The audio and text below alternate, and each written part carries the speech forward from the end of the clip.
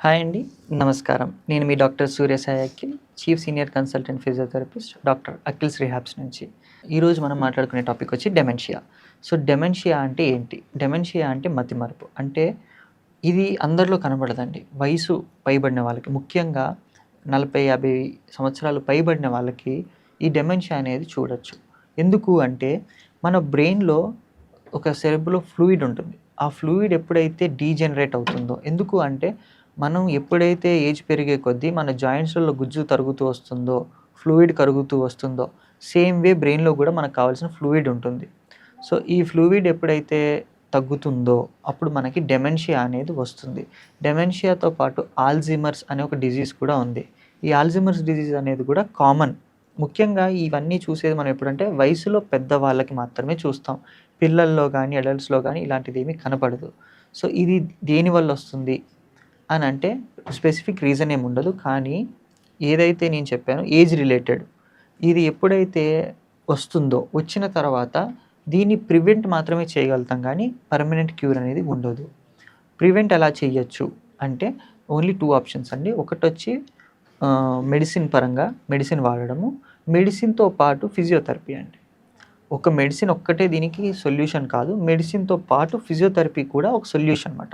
ఎందుకు మెడిసిన్‌తో పాటు ఫిజియోథెరపీ అంటే, మెడిసిన్ ద్వారా ఏం చేస్తాము అంటే, మనకి ఏదైతే ఈ dementia over the period chronic స్టేజ్‌కి వెళ్ళిపోతుందో, ఎప్పుడైతే ఈ dementia over the period chronic స్టేజ్‌కి వెళ్ళిపోతుందో, ఈ క్రానిక్ స్టేజ్‌కి వెళ్ళకూడదు. ఈ క్రానిక్ స్టేజ్‌కి వెళ్ళకూడదు అన్నప్పుడు, క్రానిక్ స్టేజ్ నుంచి వెళ్ళకుండా ఏం చేయాలి? దాన్ని ఎలా కంట్రోల్ చేయాలి? అనేదే ఇంపార్టెంట్.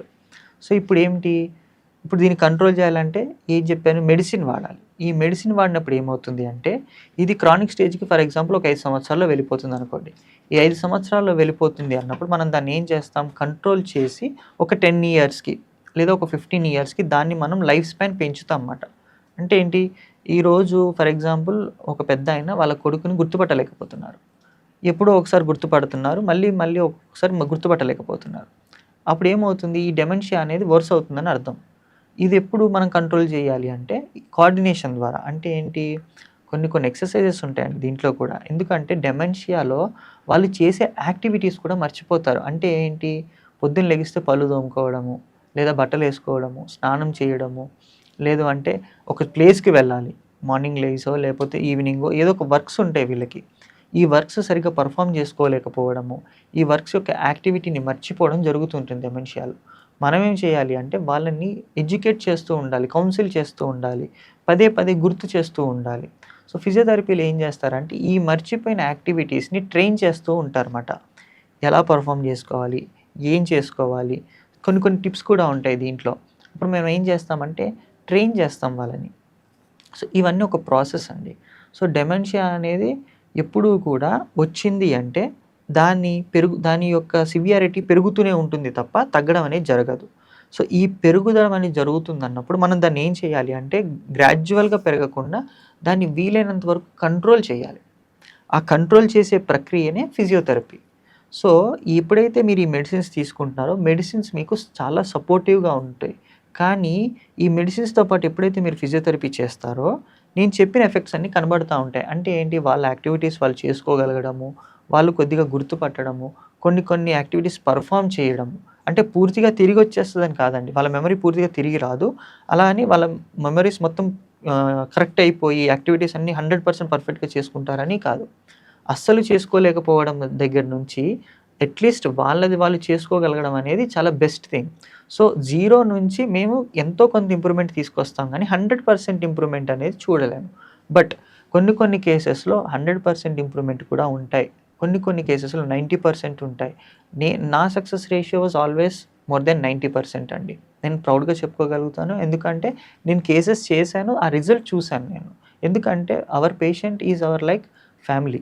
సో, ఎప్పుడూ కూడా ఎప్పుడైతే మనం వాళ్ళని ఫ్యామిలీలా కనెక్ట్ చేసుకుంటామో, మనం ఎప్పుడైతే వాళ్ళని మనం ఓన్ చేసుకుంటామో, they will connect with psychologically. Psychologically ఎప్పుడైతే ఒక పేషెంట్ మనతో కనెక్ట్ అవుతారో, మనం వాళ్ళని బెటర్‌గా ట్రీట్ చేయొచ్చు. సో, ఆ రకంగా నేనేం చేస్తానంటే ఎప్పుడు కూడా సైకలాజికల్‌గా I will have a bond. So, ఈ బాండ్ ఎప్పుడైతే ఫార్మ్ అవుతుందో నాకు ట్రీట్మెంట్ చేసేటప్పుడు చాలా ఈజీ అయిపోతుంది. ఏదన్నా యాక్టివిటీస్ చేయించాలి అన్నా, ఏదైనా యాక్టివిటీస్ పెర్ఫార్మ్ చేయించాలి అన్నా. సో ఈ డెమెన్షియాలో ఉండే స్టేజెస్ని బట్టి మనం ఏం చేస్తాము అంటే డిజైన్ చేస్తాం ప్రోటోకాల్స్ అనేటివి. సేమ్ నేను ప్రతిసారి చెప్పేది ఒకటే, నా దగ్గర 3P మంత్ర అని అంటనమాట.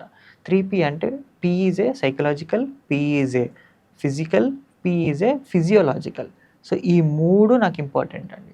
సో ఈ 3 రకాలుగా నేను చూసుకొని నేను మళ్ళీ ప్రోటోకాల్ డిజైన్ చేసి వాళ్ళు ఏ రకంగా బెస్ట్ చేయగలుగుతారు, ఏ రకంగా బెస్ట్ అందించగలుగుతాము. సో నేను ద బెస్ట్ అందిస్తేనే వాళ్ళు ద బెస్ట్ పర్ఫామ్ చేయగలుగుతారు. కాబట్టి ఆ రకంగా ఏం చేస్తానంటే ప్రోటోకాల్ డిజైన్ చేసుకొని దాన్ని మనం అకార్డింగ్గా పేషెంట్కి ఇంప్లిమెంట్ చేసి దాని ద్వారా రిజల్ట్ పొందుతాం అన్నమాట. సో డెమెన్షియా ఉన్న వాళ్ళు ఖచ్చితంగా చేయాల్సిన పనులు ఏంటిది అంటే ఎప్పుడూ కూడా మిమ్మల్ని మీరు యాక్టివ్గా ఉంచుకోవాలి. మిమ్మల్ని మీరు ఎక్కువగా వర్కహాలిక్ అంటే ఏదో ఒక వర్క్ యాక్టివిటీ చేసుకుంటూ ఉండాలి. ఆ వర్క్ యాక్టివిటీలో ఏమవుతుంది అంటే you will try to grab the last content. అంటే ఏదైతే మనం మర్చిపోయామో దాన్ని రీగెయిన్ చేసుకోవచ్చు. అంటే ఇప్పుడు ఎగ్జాంపుల్ కుకింగ్ మీకు బాగా వచ్చు, కానీ సరిగ్గా కుక్ చేయలేకపోతున్నారు, బట్ కుకింగ్ చేస్తూ ఉన్నారు, బాగుంటుంది. Spend time with the people అంటే మీ ఇంట్లో వాళ్ళతో మీరు టైం స్పెండ్ చేస్తూ ఉండాలి. మీ ఇంట్లో వాళ్ళు కూడా మీకు టైం ఇస్తూ ఉండాలి. దానివల్ల ఏమవుతుంది, మీకు మెమరీస్ రీగెయిన్ అవుతూ ఉంటాయి. సో ఇలా ఎప్పుడైతే ఈ మెమరీస్ రీగెయిన్ అవ్వడము, మర్చిపోయినవి తిరిగి గుర్తు రావడము, ఇలాగా అంటే ఇట్స్ ఏ ప్రాసెస్ అండి. ఇది ఒక సైకిల్ మాట. దీనికి మించి ఇంకొక ఆప్షన్ లేదు. మనం ఎప్పుడైతే ఇలా కీప్ ఆన్ చేస్తూ ఉంటామో వీలైనంత వరకు we make you keep happy మాట. సో ఇలాగా మనము అంటే మేము చేసేది ఒక చిన్న ఎగ్జాంపుల్ చెప్పాలి అంటే, ఒక ఎగ్జాంపుల్ నేను ఒక డెమెన్షియా పేషెంట్కి నేను ఒక ఎగ్జాంపుల్ చెప్తున్నాను. నా సైడ్ నుంచి ఏం చేస్తాను అంటే, పాతకాలపు పెళ్లి ఫోటోలు కానివ్వండి, పిల్లల ఫోటోలు కానివ్వండి, లేదా ఏదైనా పిక్నిక్ వెళ్ళిన ఫొటోస్ కానివ్వండి తీసి వాళ్ళని రీకాల్ చేయిస్తూ ఉంటాను అనమాట. వీళ్ళెవరు అని వి ఆస్క్ దెమ్. వాళ్ళు చెప్పడానికి ట్రై చేస్తారు, రిమెంబర్ చేయడానికి గుర్తు చేసుకుంటుంటారు. అదొక కైండ్ ఆఫ్ థెరపీ. సో ఇలాగా అనేక రకాలుగా చేస్తాం అన్నమాట. నేను ఒక ఎగ్జాంపుల్ చెప్పాను మీకు. సో ఇది ఇలాగా మేము ఒక ప్రాసెస్ ఉంటుందన్నమాట. సో ఇవన్నీ డిజైన్ చేసి పేషెంట్కి అకార్డింగ్గా మేము ట్రీట్ చేస్తాం. ఈ రకంగా పేషెంట్కి చాలా వరకు హెల్ప్ఫుల్ అవుతుంది. ఓకేనా అండి? Thank you.